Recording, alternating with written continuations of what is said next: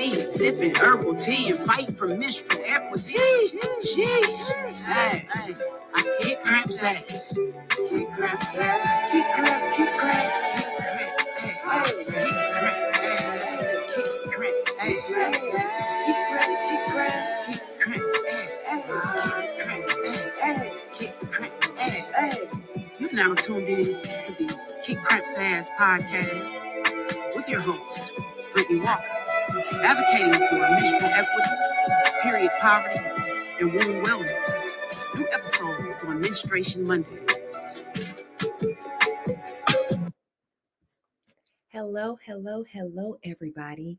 Welcome to Season 2, the season premiere of Kick Cramps Ass, the podcast where I'm your host, Brittany Walker, and we're going to get right into it for today. So we're premiering on Monday, March 4th for Menstruation Monday, and we're going to be highlighting so many different things throughout this month. We have Nutrition Awareness Month, we have Women Herstory, not History Month, but I'm going to say Herstory Month, and also Endometriosis Awareness Month. So let's go ahead and get into today's episode, which is why is nutrition important for the menstrual cycle? All right, guys. So we like to kick off each episode with the I am power statement. I representing inspiration, A representing affirmation, and M representing manifestation. And the I am power statement for today is I am going to focus more on my nutrition moving forward in an effort to positively impact my womb. Ashe. You know, we typically like to give the book of the day, which all last season we covered our book, NNG's Formula to Kick Cramps Ass, a blueprint to naturally get rid of menstrual cramps. But this season, we're going to switch it up. We're going to be giving you some quotes. We're also going to be giving you some other book references. So for today, the quote of the day is, what you put in and are on your body determines the real path to the fountain of youth. A quote by myself, Brittany Walker. All right. We typically like to talk about what we're drinking for today. In our Kick Cramps Ass Cup, we do have our Cramp Elixir, which happens to be our top seller. Our Cramp Elixir is available on our KCA store online, which we will be able to drop in the description of the bio. But it has so many essential herbs that are conducive to improving the womb and overall wellness. We talked about it all last season, and we're going to continue to talk about it for this season. So let's go ahead and get into this very quick episode. We just want to touch base with you guys, kick off the season, and give you a glimpse of what to expect. We'll be having guests on this season, so we'll be doing interviews. We're also going to be going through different reports and studies that prove holistic health can truly assist you in conquering optimal womb wellness. You can acquire menstrual equity, and you're going to be able to combat period poverty, which is our mission here at Kick Cramps Ass. So we wanted to talk about holistic approaches because they're truly frowned upon because of the time that it takes, the patience that it requires, and you having to uncondition yourself from things that you have been doing pretty much your entire life. And it's all about unlearning to relearn what is truly good for our overall health. So we're going to be talking about alternative medicine options. We're going to be talking about how food is medicine for the body. We're also going to be talking about how to eliminate specific chemicals, ingredients, and products from your daily activity, whether it's your toiletries, your household products, or things along those lines. All right.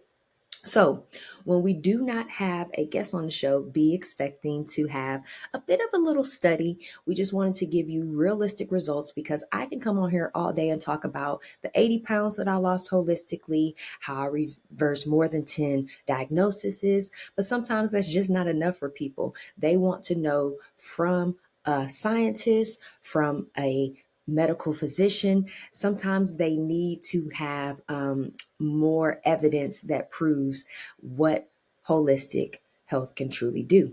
The issue that I am finding when I have been doing my research is that when you look into holistic health, there's not a lot of research. There's not a lot of studies out there because a lot of individuals or practitioners in the holistic field are not worried about being in the spotlight. They're not worried about wanting to get gratification for what they are doing. They're truly just focusing on wanting to serve, heal, and educate others. So I want to kind of merge the two worlds and give you guys realistic options that can truly help you reverse your illnesses and the uterine ailments that you may be experiencing. So again, food is truly medicine for the body. So the report that we're going to tap on today, which we'll give the description in our bio, and it will be accessible on our website as well. So we'll drop that information in the description. But it's going to be menstrual. The title of the actual report is Menstrual Cycle Symptoms Are Associated with Nutrient Intake, Results from a Network Analysis from an Online Survey.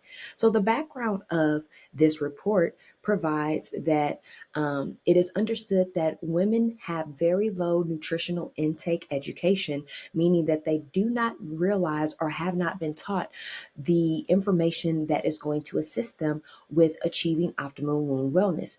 Many women are not aware of when we're in school, whether that's grade school, college, or even once you become into adulthood, we're not taught what nutrients we should be putting in our bodies that will really cater to the womb, what nutrients we should avoid putting into our bodies that could potentially cause fibroids, infertility, endometriosis, severe menstrual cramps, which is dysmenorrhea, amenorrhea, which is the absence of your menstrual cycle.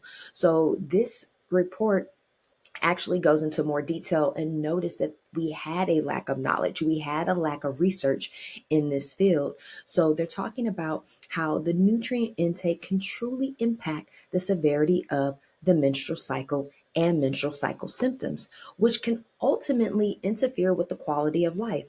Since women are those who menstruate, have to menstruate or typically traditionally menstruate every month. That means that's 12 to 13 cycles that this individual can experience in just 1 year. So we want to ensure that the other 3 weeks that are not within that month are being catered to as well. So the nutrient intake is truly important for your overall health. Now, the objective of this report was to set a goal and to look at the relationship between nutrition intake with those who menstruate and their symptoms, and trying to get a better understanding of how does food truly affect these matters. So things like unsaturated fat, things like not plant protein that contains a lot of carcinogens or a lot of ingredients or chemicals that may be toxic for the body, ingesting alcohol that is chemical based and sugar based and truly not adding any real nutrient to the bodies.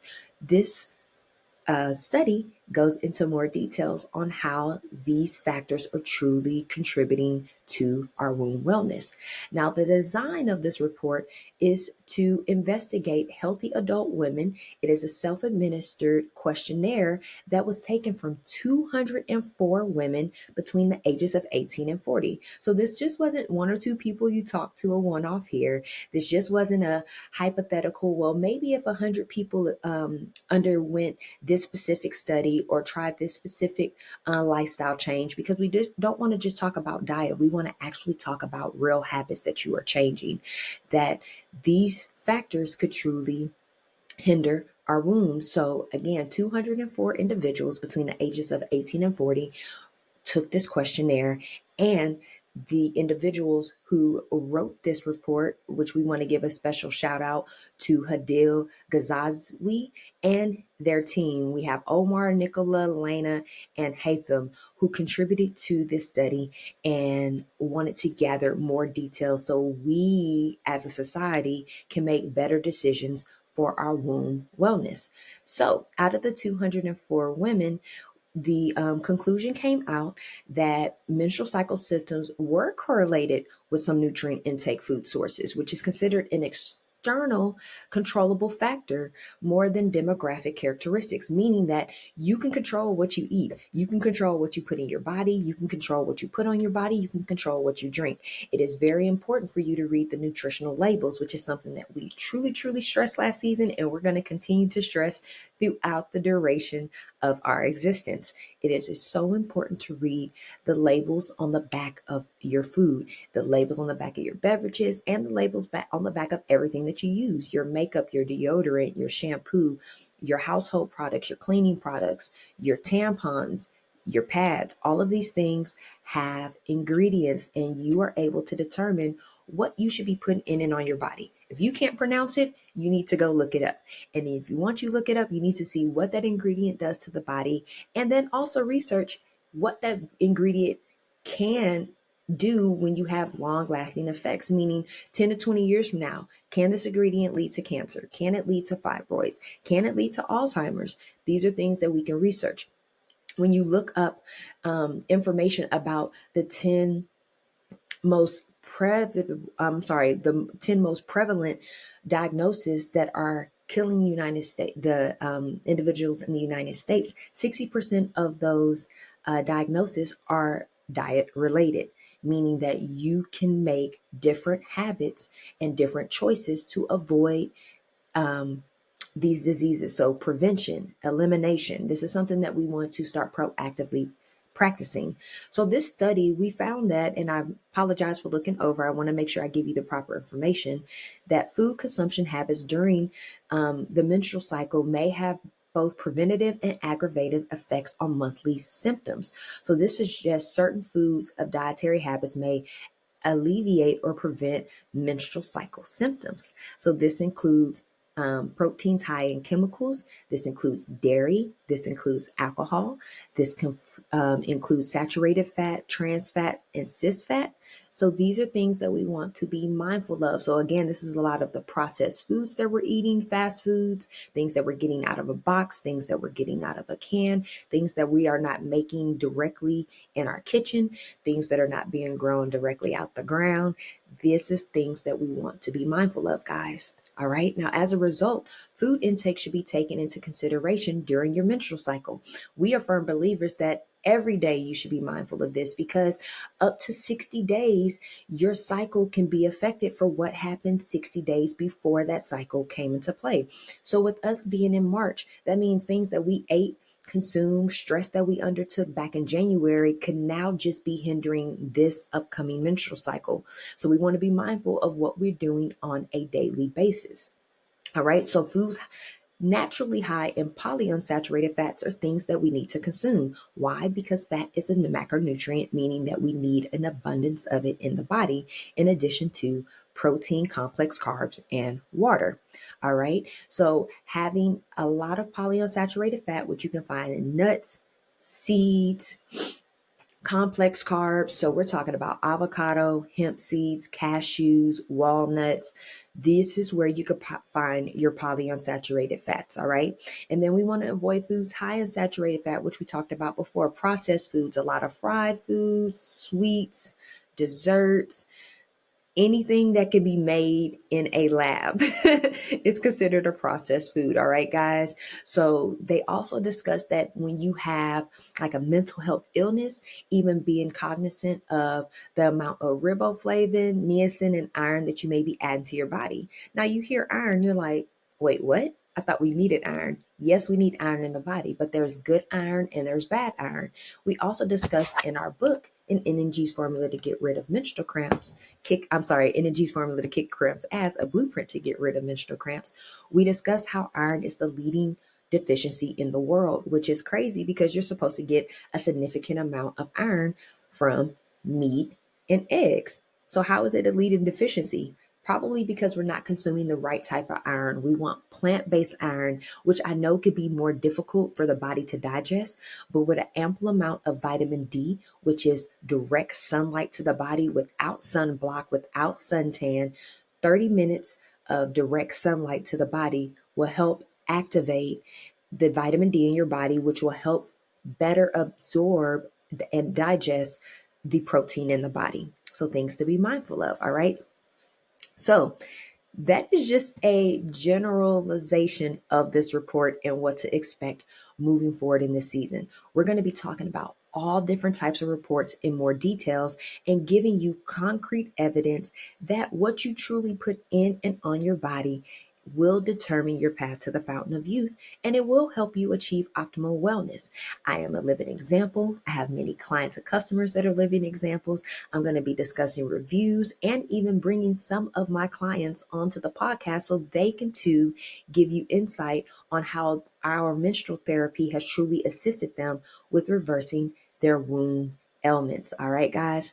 So we want to talk about the news, announcements, and events for the month. We're going to be highlighting Nutrition Awareness Month. Since we are a plant-based nutrition, we will be dropping nutrition tips and resources all month long, and we will continue to advocate for proving facts and research corroborating our advocacy that food is medicine for the body. So you want to stay tuned to what we have going on. We'll be dropping blogs. We'll be having information on our YouTube channels. We'll be sending out newsletters throughout the month. It's going to have tips, recipes, things of that sort. All right, guys, we also will be launching our resource center this week. Yay! Our resource center is going to house so many different items. It's going to have recipes, tips, the reports that we have going on. We're going to have research of the studies that we're going to be talking about. We have wellness referrals. We have book suggestions. We have our blog. So much to embark on in our resource center. So we're so excited to be launching that this week as well. That will be helpful for you as we enter into season 2 of the podcast, as we enter into Nutrition Awareness Month. All right. And we're making women's history with dropping that resource center to help those who menstruate. All right. Again, it's Women History Month, but we're saying history, and we are history. If you haven't already, it's time to step into your power and make your mark in history. Prioritizing your health is essential to your wealth and practicing life longevity. So we want to advocate for that as well. All right. And lastly, for this month is Endometriosis Awareness Month. We want to give a big shout out to Endo Black, our sister organization that is consistently advocating for endometriosis awareness. I know their endo conferences this month, which is their 4th annual. They have all different types of conferences, webinars, and events going on throughout the year that will assist those who are experiencing endometriosis or who wish to prevent or eliminate it because it is in their in their family history. All right. All right, guys, we are still accepting listeners' mail this season, so we're so excited. So feel free to comment to this episode. You can email us at contact@kitcrampsass.org, which we'll drop in the description of the bio, and we will be following up with answers to the questions or concerns that you have. Even if you want to write us something personally, we will personally write back to you and not expose that information.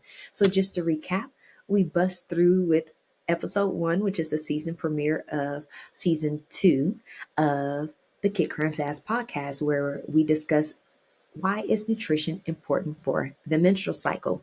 We gave our tip of the day. We went through our I am power statement. We talked about the report, and we gave you insight of what will be going on this upcoming month. All right. So be sure to like our podcast, share it with somebody that can benefit from this. Anybody that menstruate, and even if you don't menstruate, for our fathers out there, our boyfriends, husbands, co-workers that need more education or want to gain more insight on what it's like for those who menstruate, you can tune in as well. We're educating you along the way. All right. So be sure to also subscribe to our website. You can get a 15% off discount when you do, to our KCA store, and also subscribe to our YouTube, which we have other content. We have our nutrition, our meals, we have our yoga moves, our Pilates moves, exercise moves that can help you get through the menstrual cycle. And we have other additional tips as well. All right, guys, if there's not anything else, we want to manifest a positive, productive, and peaceful remainder of the week, month, and menstrual journey ahead. We want to thank you for tuning in. Gratitude for all of you who did tune in today. And we look forward to this upcoming month and you taking time to acquire menstrual equity, combat period poverty, and achieve optimal womb wellness. All right, guys, if there's not anything else, we'll be seeing you all next week. Peace.